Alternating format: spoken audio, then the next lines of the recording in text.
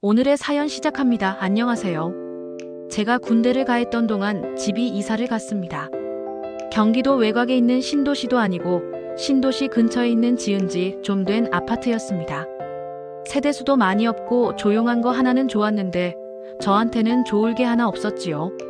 서울까지 한 번에 가는 버스가 있긴 있었지만 놀러 다니기 여간 불편한 게 말로 할 수 없을 정도였어요.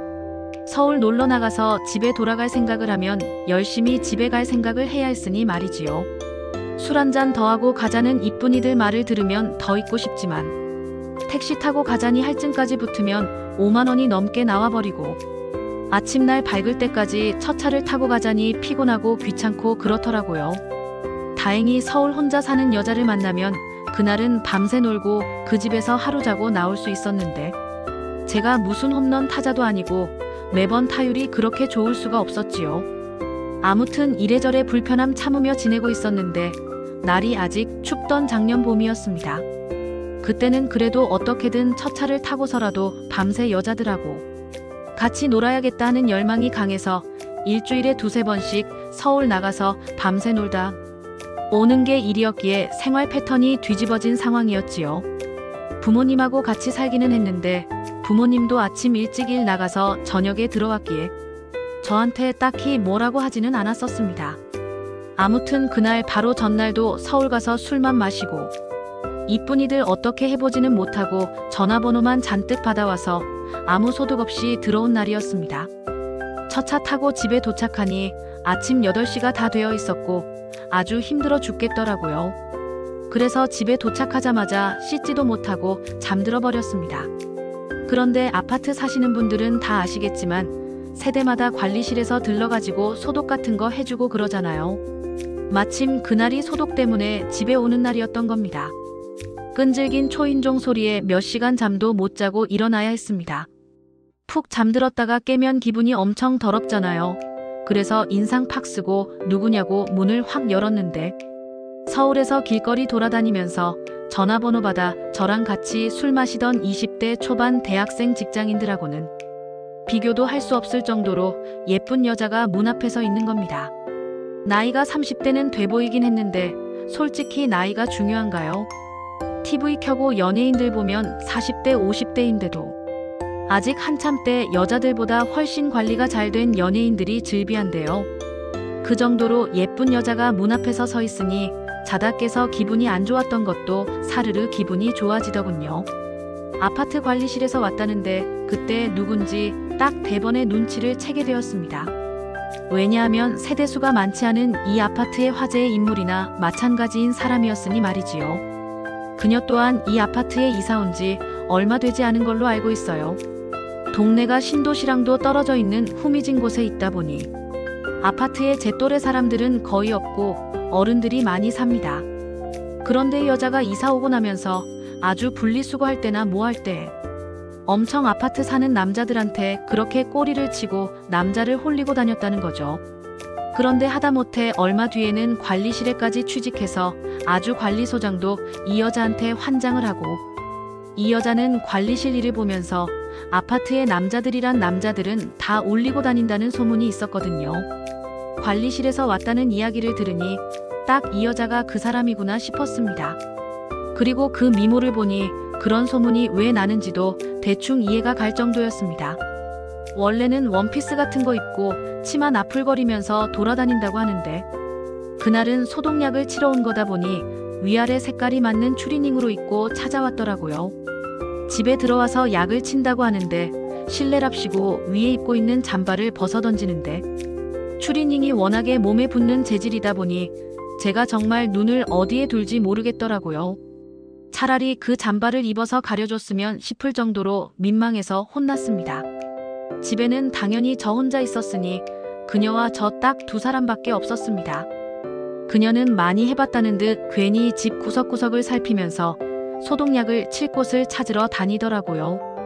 콧노래를 흥얼거리는데 그게 소문처럼 진짜 혹시 이 여자가 나를 홀리려고 하는 건가 싶었습니다. 왜냐하면 자꾸 그녀가 자기 존재감을 내뿜고 있으니 계속해서 신경이 쓰이기 시작했으니 말입니다. 거기에 전날에도 저는 여자친구 좀 만들어 보겠다고 술값은 술값대로 내 시간은 시간대로 버리고 왔는데 그보다 훨씬 더 예쁜 여자가 이렇게 집안에 들어와 있으니 다른 생각이 드는 건 당연한 거 아니겠습니까? 안 그래도 제 인생에서 가장 혈기왕성한 때를 보내고 있는데 말입니다. 바닥구석 안쪽에 약을 치는데 바닥에 달라붙어 누워서 뒤를 위로 쓱 올리고 있으니 그 자세 또한 저를 홀리게 만들려고 일부러 저러는 게 아닌가 싶었습니다. 즉 구석구석에 약을 치러 다니는데 어차피 부모님이 돌아오시려면 한참 반나절은 더 있어야 하니 저는 이미 머릿속에서 온갖 시나리오를 쓰고 있었습니다. 그런데 막상 그녀는 일에만 집중하고 있지 저는 있는 둥 없는 둥 신경도 하나도 안 쓴다는 걸 깨달았습니다. 이게 아닌데 싶었지요. 세상에 솔직히 이 아파트에 유일무이하게 있는 젊은 남자인 저였는데 그녀가 정말 남편이 출근한 사이 심심해서 단지 내 모든 남정네들을 구워 삶을 생각이면 그 중에서 제일 먼저 1순위가 저와 대화하는 거 아니겠습니까? 그런데 별로 저는 거들떠도 안 보니까 그때부터는 저도 가만히 있을 수가 없더라고요. 그녀가 집에 약을 다 치면 금방 떠나가 버릴 테니 그 5분도 안 걸리는 상황에 제가 어떻게든 묘수를 만들어내서 그녀와 인연을 다져나가야겠다는 생각이 들더군요. 때마침 그녀가 베란다 다용도실로 갔을 때 저한테 좀 도와줄 수 있냐며 손길을 요청하더군요. 보니까 다용도실 맨 안쪽에 약을 쳐야 하는데 그녀의 작은 키로는 팔이 닿지 않으니 딛고 올라갈 만한 게 필요하다고 하는 겁니다. 그래서 부엌에서 의자 하나 가지고 따라갔습니다. 그런데 그녀가 올라가니까 의자가 흔들거리더라고요. 그러니까 그녀가 무섭다면서 저보고 가지 말고 꽉 좀 잡아달라고 하는데 제가 의자를 잡으러 가니 벌써 중심을 못 잡고 흔들흔들 거리더라고요. 이때가 대박이었습니다. 허둥지둥 간다고 저도 주의를 못했는데 제 코앞에서 그녀의 볼륨이 이리저리 움직이는 걸 보게 되었거든요. 정말 견디기 힘들 정도라서 자칫하면 이성을 잃을 뻔했습니다. 그런데 그녀가 이왕 높은데 시작한 김에 장롱 위에도 자기가 약을 해주겠다면서 의자를 가지고 방으로 따라 들어오라고 하더라고요. 의자를 끌고 들어가니 장롱 구석에 약을 쳐야 하니 저보고 한 번만 더 잡아달라고 하는 겁니다. 또 한 번 좋은 구경할 생각에 저도 잔뜩 의욕이 나더라고요. 그런데 알고 보니 그녀가 의도적으로 저를 방으로 데려간 거라는 걸 알게 되었습니다. 그녀가 의자가 흔들거린다면서 꽉 잡아달라고 비명을 지르더라고요. 의자가 그런데 생각보다 튼튼한 의자라서 별로 흔들리지도 않고 저야 좋은 구경하니까 해달라는 대로 해주기는 하는데 사실 별로 꽉 잡아주고 할 것도 없었습니다. 그런데 그녀가 자기 혼자서 중심을 잃는 척을 하면서 자기 좀 잡아달라고 소리를 지르더라고요. 그리고는 누가 봐도 어색한 자세로 뒤에서 의자를 잡고 있는 저한테 안기듯이 떨어진 겁니다. 심지어 침대까지는 거리가 있었는데 그녀가 일부러 힘을 줘서 저를 침대가 있는 곳까지 몰아내고 그리고 나서 저를 침대로 밀치더라고요.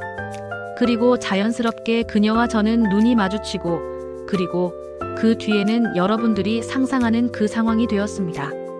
약 쳐주면서 그간 집안에서는 저한테 관심 없는 척을 하더니 역시 나였던 겁니다. 관심 없는 척을 하기에는 자꾸 바닥에 누워서 뒤를 들어올리는 등 내 시선을 끌기 위해 노력하던 이유가 따로 있었던 거지요. 그런데 제가 어떻게 먼저 나서지도 않고 가만히 있으니 그녀 쪽에서도 안달이 난 겁니다. 그녀도 이대로 저를 두고 돌아가기는 싫었던 거지요. 아무래도 그동안 다른 사람들은 나이가 있다 보니 전부 다 그녀 쪽에 먼저 접근을 했었나 보더라고요. 그런데 저는 딱 보면 그녀한테 이미 넘어가서 관심이 많아 보이는데 정작 액션을 취하지 않고 가만히 있으니 오히려 그게 전화위복이 되어서 그녀를 안달하게 만들었던 거나 마찬가지죠. 역시나 미모만 두고 본다면 아파트에서도 제일 가는 미모이기도 했고 소문 그대로 그녀는 남편이 출근하고 나면 혼자 넘쳐나는 에너지를 해소할 곳이 없어서 일부러 이런 일을 벌이고 다녔던 겁니다. 오히려 소문은 그녀한테는 아무런 걱정거리가 아니었나 봐요.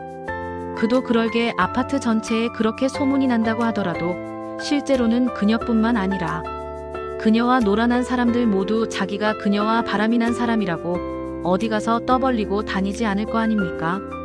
전부 다 가정이 있는 사람들인데 말이죠. 그래서 오히려 과장된 소문이 그녀가 아파트 내에서 다른 사람들한테 질투를 받고 있는다는 알리바이가 돼버린 거죠. 오히려 그렇게 되니 그녀 입장에서는 더 자유로워진 거나 마찬가지였습니다. 그래서 한동안 제가 집에 있을 때 관리실에 연락해서 이것 좀 봐달라 저것 좀 봐달라 연락을 자주 했습니다. 그러면 어김없이 그녀가 봐주겠다고 찾아와서는 길게는 1시간에서 짧게는 30분씩 번갯불에 콩 구워 먹듯이 하고 돌아가거나 했지요. 그때부터 저 또한 서울에 나가 어떻게 여자들 만나보려는 걸 그만두게 되었습니다. 그도 그럴게 그런 식의 만남이 반년 넘게 지속되었거든요. 그런데 그녀가 저를 떠나가게 된 건 정말 허무한 이유였습니다. 그녀가 저 말고도 아파트에 다른 사람들과 저랑 시간을 보내듯 하고 있는 건 이미 알고 있었어요.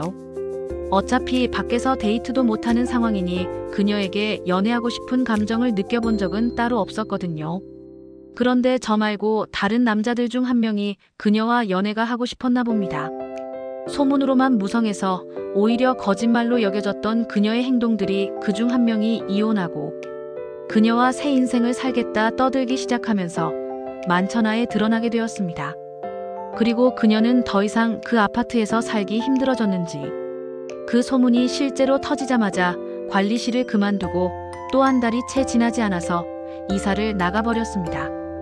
그녀와 마르고 닳도록 보낸 시간들 때문에 그랬나 그녀가 사라져버리니 더 이상 저도 이 외진 구석 동네에서 살면 안 되겠다는 생각이 들더라고요. 그래서 그때 정신 차리고 공부를 시작해서 회사도 생기고 좋은 직장을 구해 서울에 자리 잡게 되었습니다. 이러나 저러나 저는 그녀 덕분에 진짜 제대로 된 남자가 되고 좋은 직장도 생겼고 어떻게 보면 인생이 180도 달라지게 되었습니다. 지금도 그 미모가 여전할지 싶고 그 버릇을 못 고쳤나 싶네요. 혹시나 기회가 된다면 같은 아파트에 또 한 번 살았으면 합니다.